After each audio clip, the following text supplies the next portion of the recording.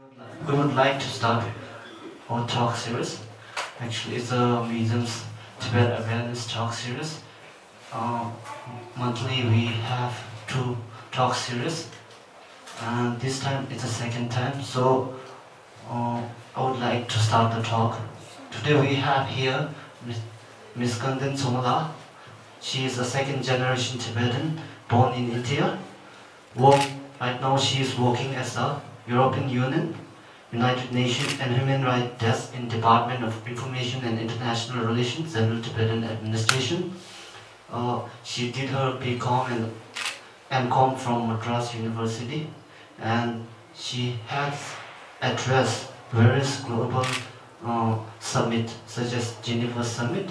And so I would like to request Ms. Kandit Somala to talk about her topic on Tibet, human rights and the missing Panchen Lama.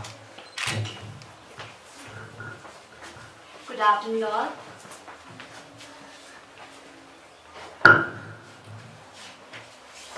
Okay, so thank you for the introduction, and thank you Tibet Museum for organizing this talk series, and most importantly, thank you all for joining with us today. I'm honored to be here. So today is a very special day for all of us for many reasons. And it is certain that today is not a usual day for Tibetan and Tibet supporters, because today is the birthday of 11th Panchen Lama, Gendin Chege Nyima. So we feel happy, sad at the same time, joy, sorrow, love and tears, because even though today is the birthday of the 11th Panchen Lama, but unfortunately we do not know his whereabouts. He is still missing. So he is still missing since 1995, May 1995. And so may I start with a very simple question. Why are we here? What makes me to come here and talk? Alright. So we are gathered here today simply because we have a right to gather. And you have a right to be informed. And most importantly, we have a freedom or right to share information and thought. That is why we are gathered here today. That is why I'm here today to speak about. And this talk is for you, people who believe in justice, freedom and human values, even if your speaker today here is not a scholar. So once again, I thank you all for joining with us today. Well, many of you might already know about Tibet and the issue of Sino-Tibet problem. Some of you might have visited Tibet, seen monasteries and nunneries, hotels and restaurants, bars and high-speed train, and witnessed the life of Tibetans over there. But it might be new to some of you. Right? So having said that, I would like to begin my talk telling you about what is happening inside Tibet, with focus on human rights situation in Tibet. So to begin with human rights situation in Tibet, I would like to share a final note of Sonam and Chobakya, who died after self-immolation protest in 2012. In their final note, they said that the pain of not enjoying human rights is far greater than the pain of self-immolation. So Tibetans petition, street protests, demonstrations against the denial of basic rights bring more of arrests and torture in Tibet. So arbitrary detention, prison sentencing, torture have become common in Tibet. So today, Tibetans are setting themselves on fire in protest against China's misrule in Tibet. Tibetan monks and nuns, students and intellectuals, fathers and mothers, nomads and farmers, people from all walks of life across the Tibetan plateau self-immolated. Kalki, a mother of young 4 children, died after self-immolation protest in protest against China's misrule. And Churinki, a Tibetan high school girl in my age, in 20s, died after self-immolation protest last year. Gudu, a 43-year-old Tibetan writer, died after setting himself on fire. So, and the name goes on. Since 2009, 130 Tibetans have set themselves on fire. All of them have called for the return of their spiritual leader, His Holiness the Dalai Lama in Tibet, and freedom in Tibet. And Tibetans inside Tibet are aspiring for freedom. Freedom of religious belief, freedom of expression and opinion, freedom to use Tibetan language, and most importantly, freedom to live and grow as a Tibetan. So,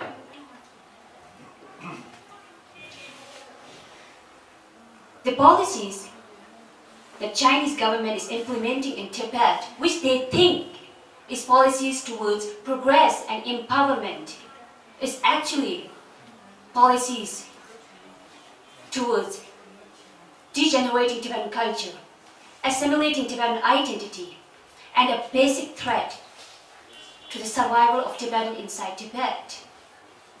Let me share briefly about freedom to use Tibetan language. As you know, Tibetan language plays a crucial role in preservation of Tibetan culture and distinct identity. But unfortunately, Tibetan language is taken out of school and introduced Chinese or Mandarin as a medium of instruction. And private Tibetan and the school privately run by Tibetan aim to teach Tibetan language and culture face a severe restriction. Let me share a final note of Ngawang Nonpet and Tenzin Kitu, who died of a self-immolation protest last year.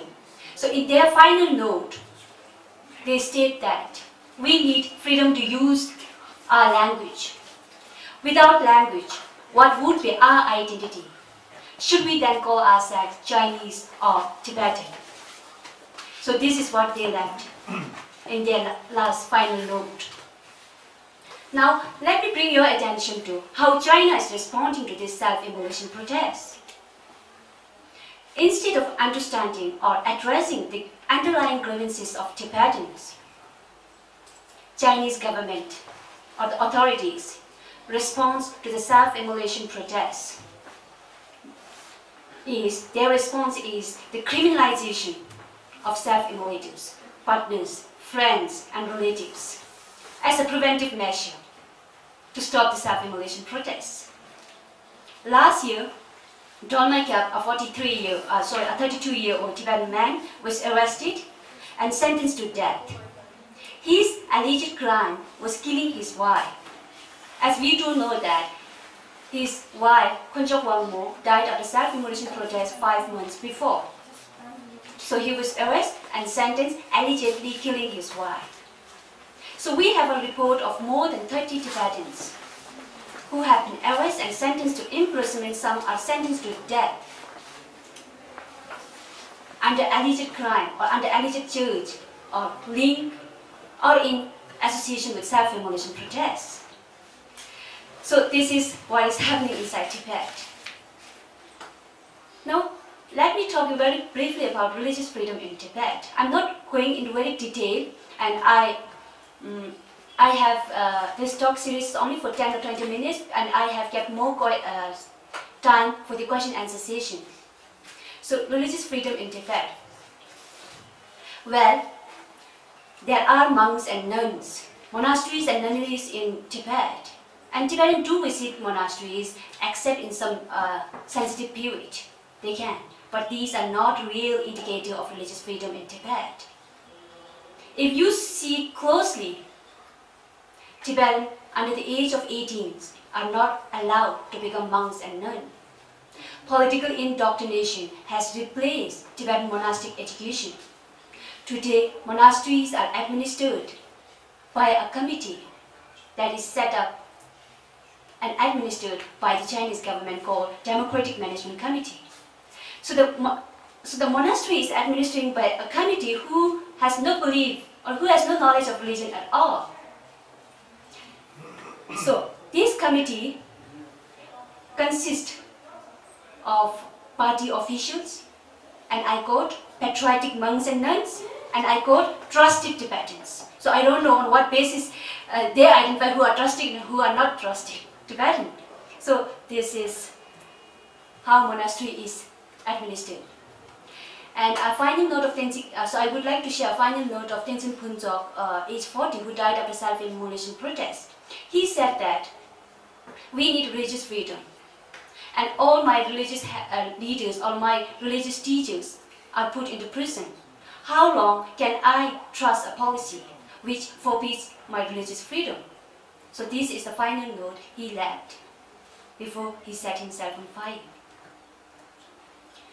Now, let's come to today's most important topic, Panchen Lama, the case of missing 11 Panchen Lama. So before I speak about the present 11 Panchen Lama, I'll share you very briefly about who is Panchen Lama. So Panchen Lama is one of the most important religious heads or religious leaders of Tibet. And Panchen Lama and Dalai Lama share a very close spiritual relation. So this close relation is commonly referred as the sun and moon of Tibet. So this is, now we are going to hear about the 11 Panchen Lama, right? So before I'll speak about the 10 Panchen Lama. But I'm not going to talk about where he was born, when and what.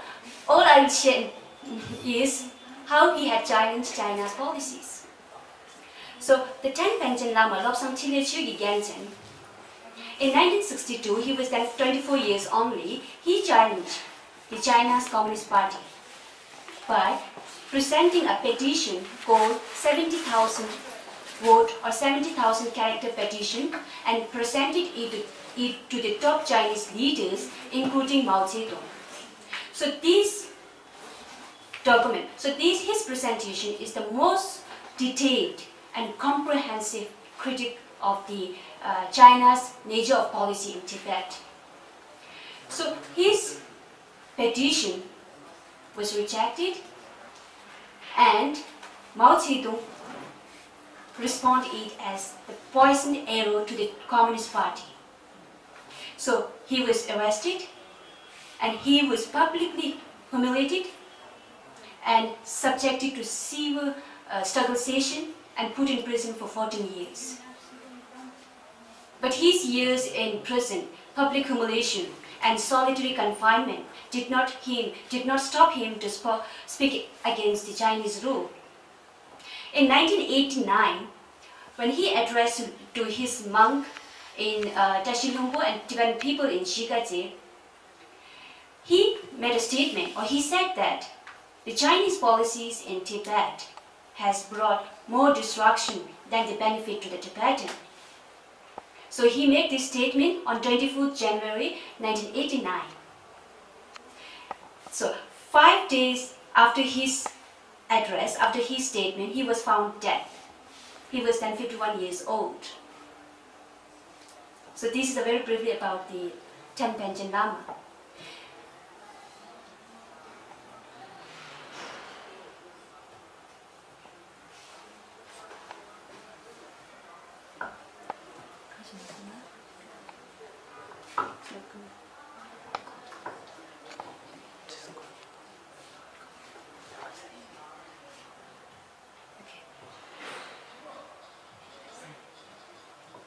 And now, 11 Panchen Lama. In May 1995, on 14 May 1995, His Holiness the 14th Dalai Lama recognized a 6-year-old boy in Tibet, Gendenchuk Nyima, as the reincarnation of the 10th Panchen Lama.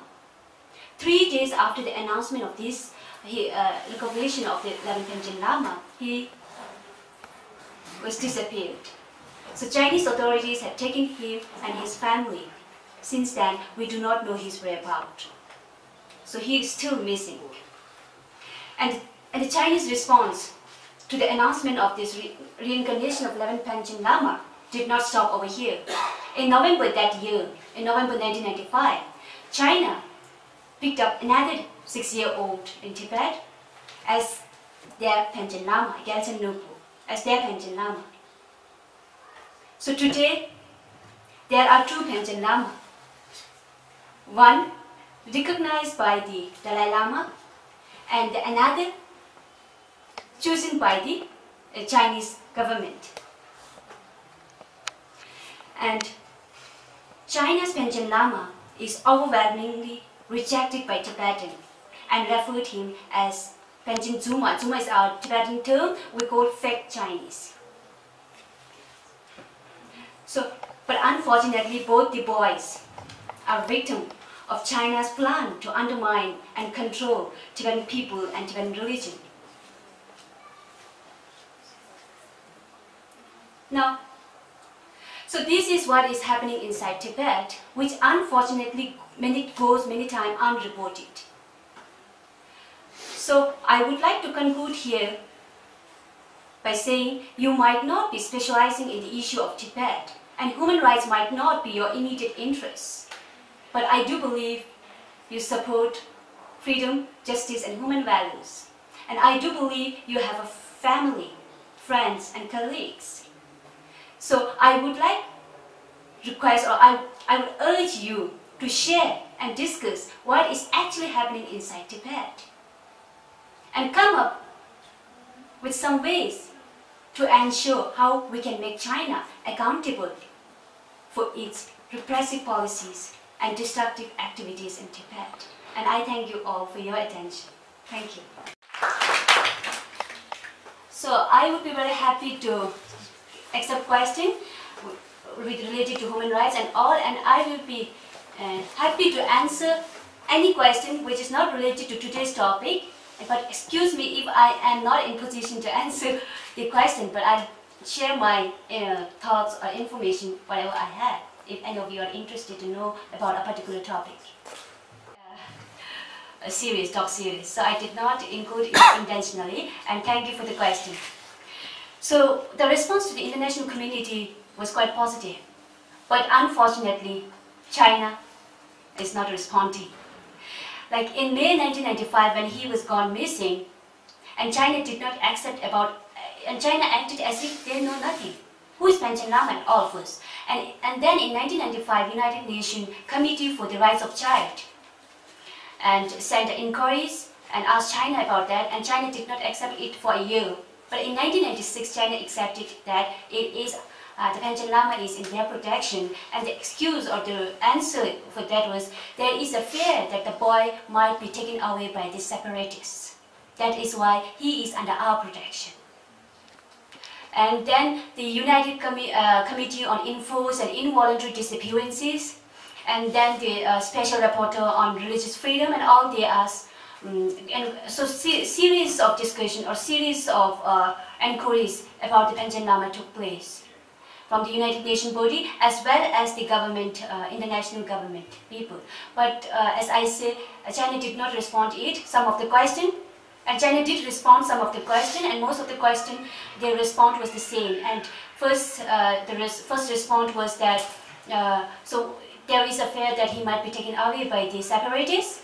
And then the second response, now these days, their response is that he is growing very healthy, and he and his family want to have a private life, so they do not want interruption. So he is safely under our protection. This is what China claims.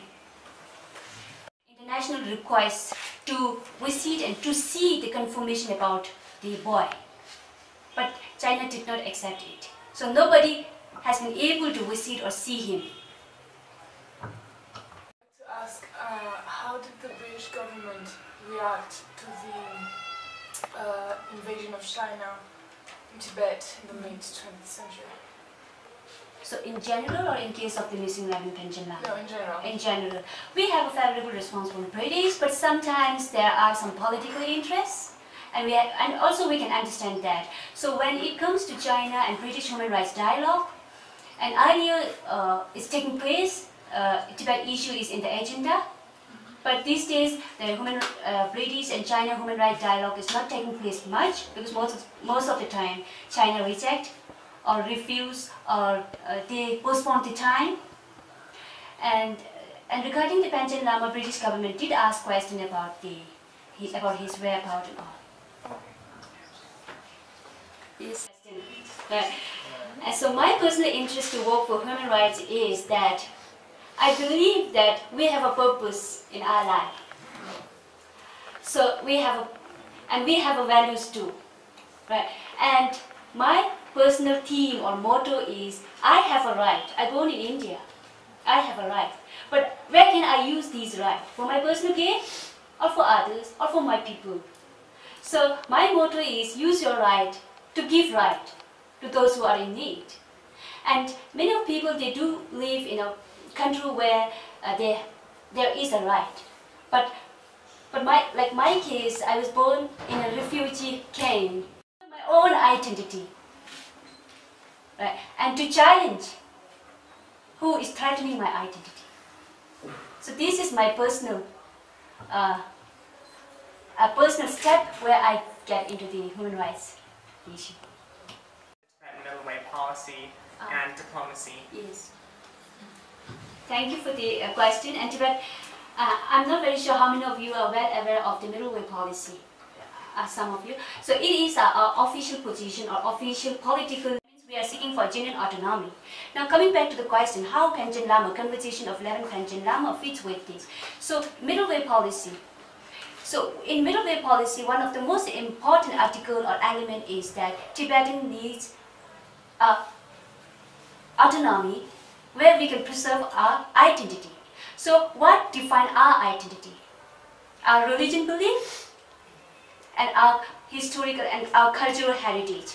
These are two main important elements that define our Tibetan identity.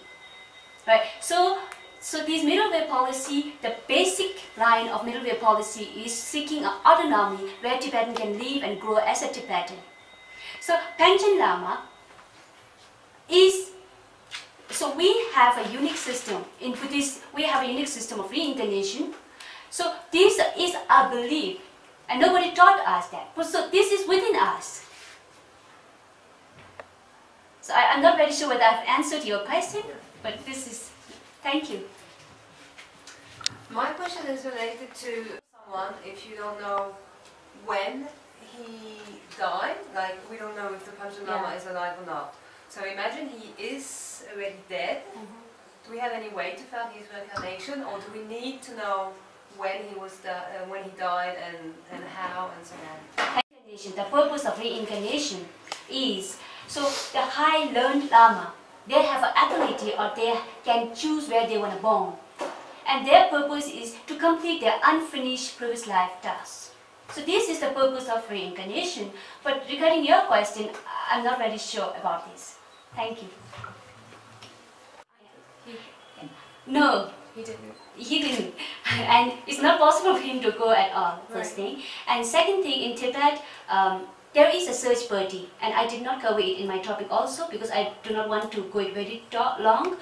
And so search party, which is headed by the Jadal Rinpoche, one Rinpoche who has a very close connection with the Dalai Lama. So Jadal Rinpoche was in Tibet. So he led the search party.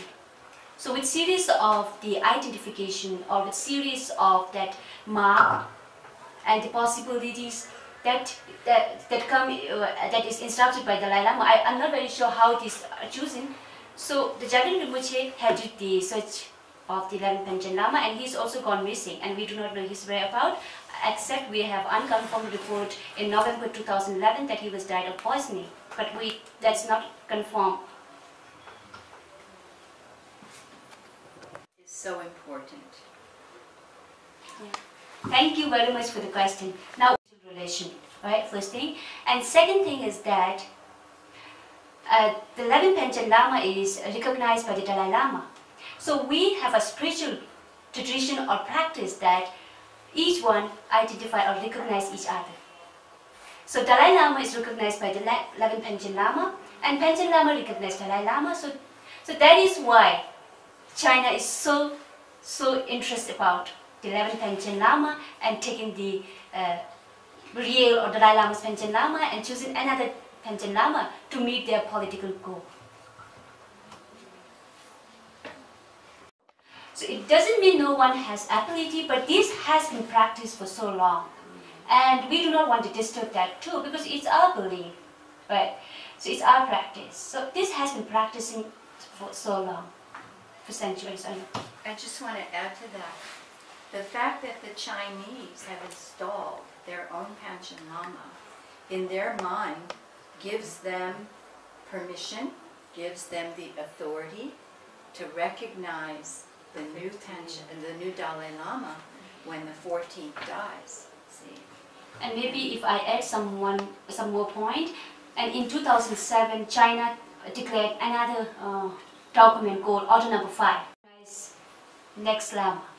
And what are the conditions to be fulfilled to recognize him as the reincarnated or recognition of Tulgus or Lama? Between the Dalai Lama and the fake Panchen Lama, have they ever tried to speak before? No, I don't. But if nobody recognizes the fake Lama, now what is there's no use. Are there some Tibetans recognizing him? Yeah, so we, like myself, Tibetan, outside Tibet, we can openly reject him. Right? We are in exile, we are in freedom. But those inside Tibet, so today, they are respecting the fake Panchen Lama because they are forced to. And their real belief is replaced with the fake belief. And in the heart, they have someone, and in Chinese authored. So, in monastery, as I shared, political indoctrination has replaced monastic education. So, political indoctrination. So, in monasteries, there are a session called patriotic re-education session. So, in that session, Tibetans are forced to attend. So, in that session, they are forced to denounce the Dalai Lama, even though they do not want. Those who defy will end to other arrests, sentencing, and many. So with that, since they are forced to denounce the Dalai Lama, so many of them leave monastery willingly and unknowingly. So many monks and nuns go disappear. So in case of 11th Panchen Lama, in the official function, or during his official tour within the Tibet, so we have a news or report coming that we are lining up to welcome him, but we do not want, we are forced to. So there is a strict order coming down, which they are forced to. And if they did not obey that, so that end to the prison sentence, arrest, torture and all. I was just thinking that And all, I don't know, but this time it's not possible because we do not know his whereabouts. But I don't know whether they haven't planned it, taking him away before he was recognized or openly declared. I think she the time when he proclaimed the Panchen No, Lama. I think normally the reincarnation did not take that long period, but with regard to the reincarnation of 10 and 11 Panchen Lama, it took many years. In 1989 he died, and the 11th Panchen Lama was recognized only in the year 1995. It took a very long period. So there must be some reason behind that. I don't know. Thank you. No, but the thing is that was it already Community about this and to reduce his deaths, to reduce the sentence, at least to some year. But actually, first of all, we did not accept at all. But then sentenced to death. And so, like British government and all, they publicly, or they urged China to commute the death sentence. But he's in prison, but I don't know.